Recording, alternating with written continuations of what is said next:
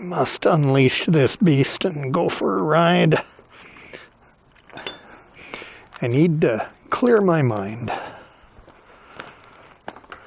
Got some things that are bothering me, so. You might ask, how could things bother you when you are riding your motorcycle? You don't have to go to work for a living. I can ride whenever I want. I can pretty well do what I want. I'm not rich, but I live modestly, but I have enough. So what could be bothering you? You know, the thing with life is that it's all relative, you know, and you can be in a real good situation, but if something's troubling you, then it casts a shadow over everything else. So you need to deal with it, you know.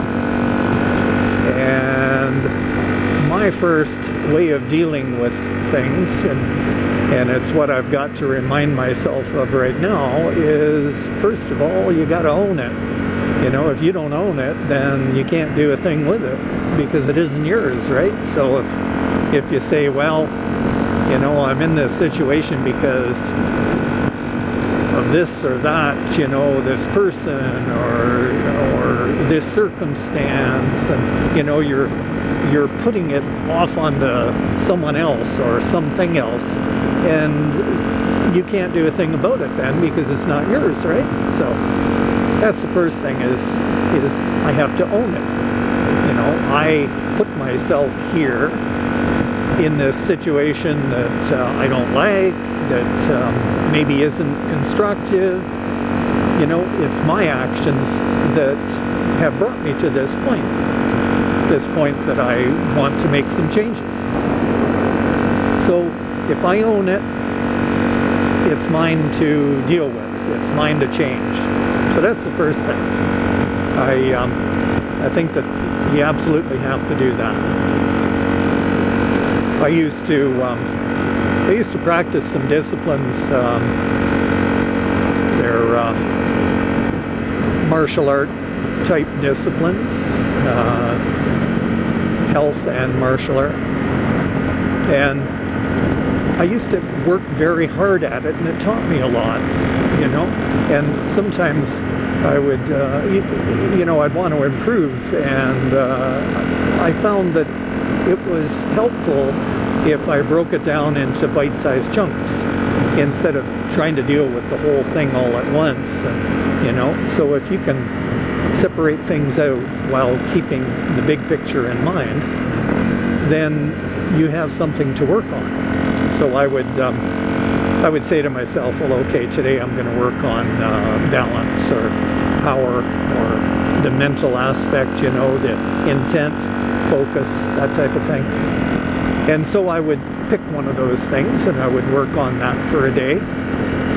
And it was a good way to improve. The emphasis is on doing the work, right?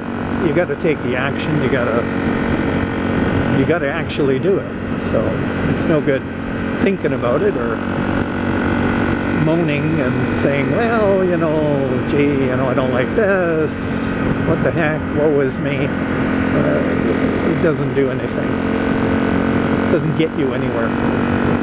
Anyway, so that's a little bit about what's been on my mind, you know, some things I want to change, stuff that maybe some actions I've been taking that aren't really constructive, probably more destructive, and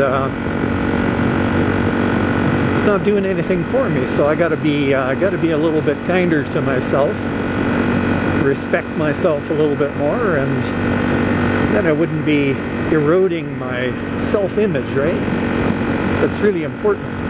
What you think of yourself, how you feel about you. And speaking of you, what do you do? Because most everyone gets into these kind of situations in their life. With some regularity, probably. So what's your approach? How do you handle things like that? share it in the comments.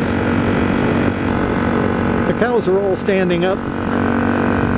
Where I come from in southern Ontario, we always used to think that if the cows are all standing up, that means it won't rain. But if they're lying down, it can rain. Doesn't seem to work as well out here in the mountains.